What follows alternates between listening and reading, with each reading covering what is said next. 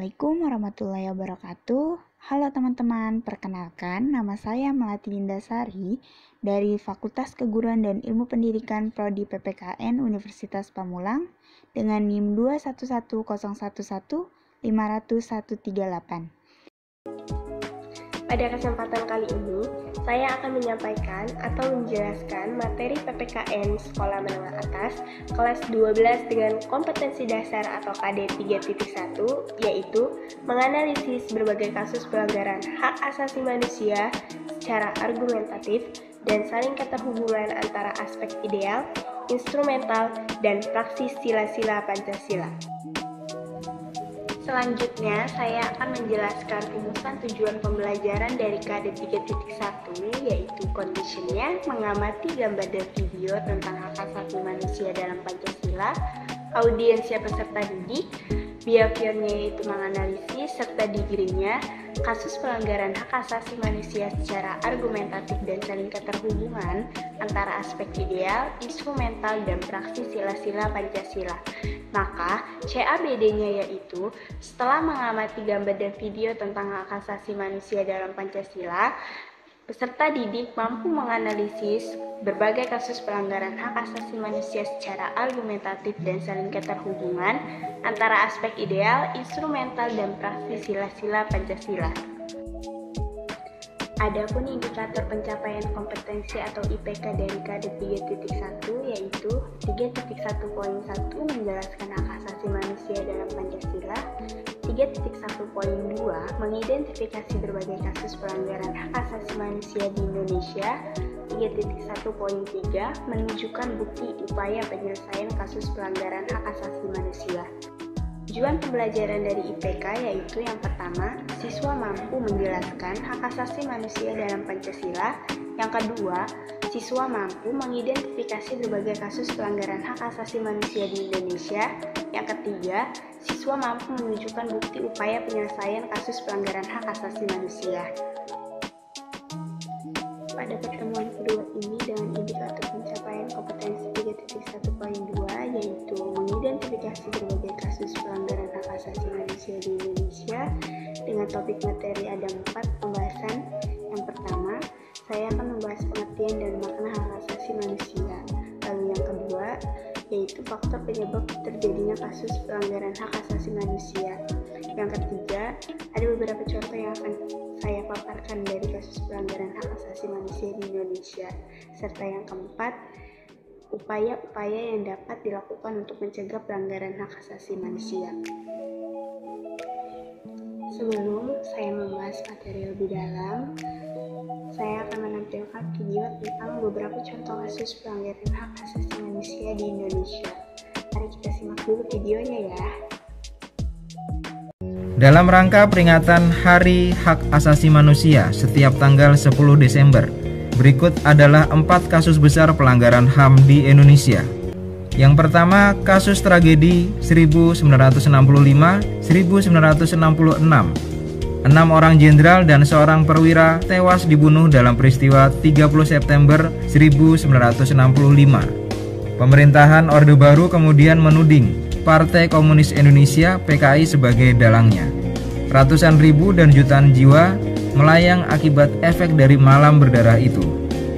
Yang kedua, kasus Petrus tahun 1982-1985. Penembakan misterius atau Petrus adalah operasi celurit, operasi rahasia pada zaman Orde Baru dengan dalih mengatasi tingkat kejahatan yang tinggi. Operasi ini meliputi penangkapan dan pembunuhan terhadap ratusan orang yang dianggap mengganggu keamanan dan ketentraman masyarakat. Pelakunya tak jelas, tidak pernah tertangkap dan tak pernah diadili. Ketiga, tragedi Semanggi dan kerusuhan Mei 1998. Pada tanggal 13 Mei sampai 15 Mei 1998, terjadi kerusuhan masif yang diawali oleh kondisi krisis finansial Asia yang makin memburuk, serta dipicu oleh tewasnya 4 mahasiswa Universitas Trisakti yang tertembak dalam demonstrasi pada tanggal 12 Mei 1998.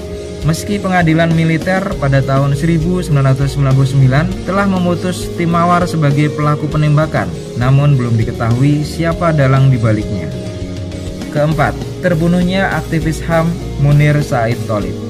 Munir ditemukan meninggal di dalam pesawat jurusan Jakarta-Amsterdam pada tanggal 7 September 2004. Ia adalah salah satu aktivis HAM paling vokal di Indonesia. Namanya melambung sebagai seorang pejuang bagi orang-orang hilang yang diculik pada masa Orde Baru. Hingga kini kasus kematiannya baru mengadili pilot maskapai Garuda, Polikarpus Budihari Prianto, yang mendapat vonis hukuman 14 tahun penjara karena terbukti berperan sebagai pelaku yang meracuni Munir dalam penerbangan. Namun banyak yang meyakini Poli bukanlah otak pembunuhannya.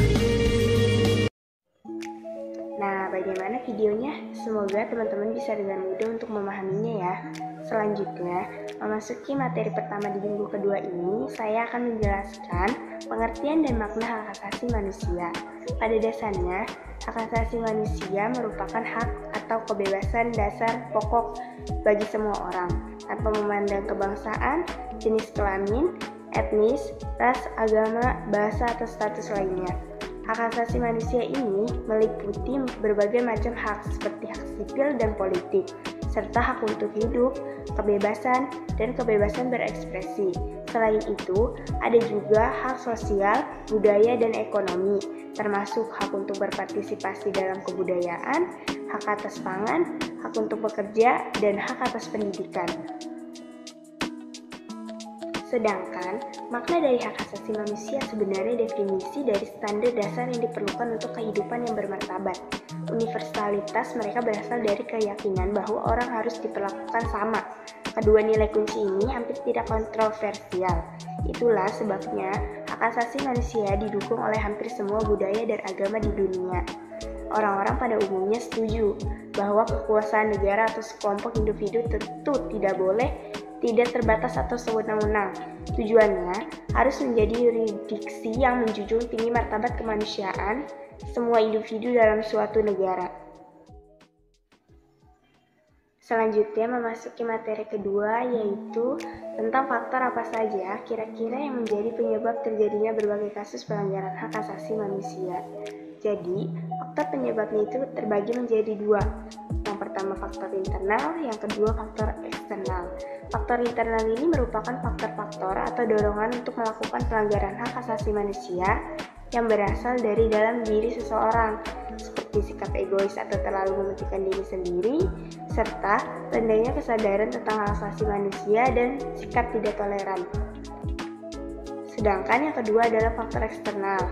Faktor eksternal ini merupakan faktor-faktor di luar diri manusia yang mendorong seseorang atau sekelompok untuk melakukan pelanggaran hak asasi manusia, seperti penyalahgunaan kekuasaan, ketidaktegasan aparat penegak hukum dalam menangani kasus pelanggaran hak asasi manusia, serta kesenjangan sosial dan ekonomi yang tinggi dalam kehidupan masyarakat. Lalu, materi yang ketiga yaitu saya akan memaparkan beberapa contoh kasus pelanggaran hak asasi manusia di Indonesia. Sesuai video yang tadi saya tampilkan, ada beberapa kasus pelanggaran hak asasi manusia di Indonesia. Dan pada materi ketiga ini, saya akan memaparkan dua contoh saja kasus pelanggaran hak asasi manusia di Indonesia. Yang pertama itu, kasus Tanjung Priok. Peristiwa Tanjung Priok ini terjadi pada 12 September 1984, yang merupakan salah satu kasus peristiwa pelanggaran hak asasi manusia yang terjadi pada masa Orde Baru, dilakukan oleh aparat pemerintah terhadap warga Tanjung Priok. Yang memicu peristiwa ini adalah masalah sara atau suku, agama, ras, dan antar golongan dalam peristiwa ini. Diduga terjadi pembunuhan, penangkapan, penahanan sewenang-wenang, penyiksaan, dan penghilangan orang secara paksa hingga saat ini yang tidak ditemukan. Yang kedua adalah tragedi Trisakti dan Semanggi. Pada Mei 1998 terjadi demonstrasi besar-besaran yang merenggut nyawa mahasiswa. Peristiwa tersebut dikenal dengan tragedi Trisakti.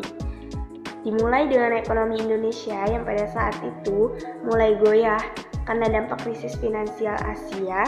Akibatnya harga-harga bahan pokok dan yang lainnya itu meroket dan melonjak tinggi.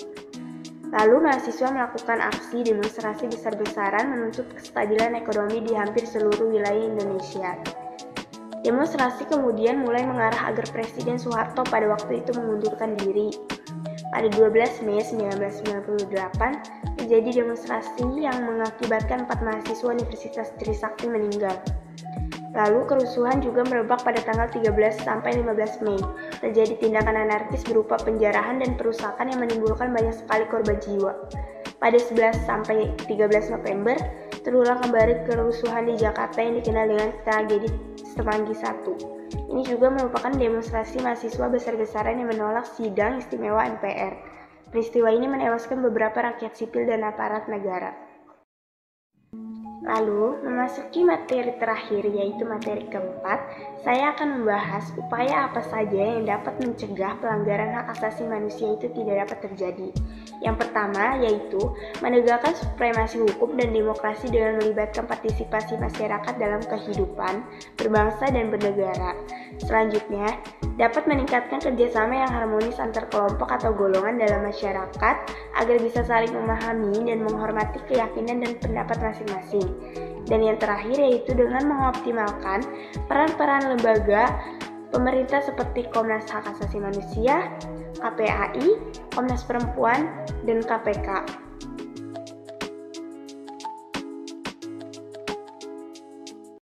Nah, sekian materi yang bisa saya paparkan. Kurang lebihnya mohon maaf dan terima kasih. Wassalamualaikum warahmatullahi wabarakatuh.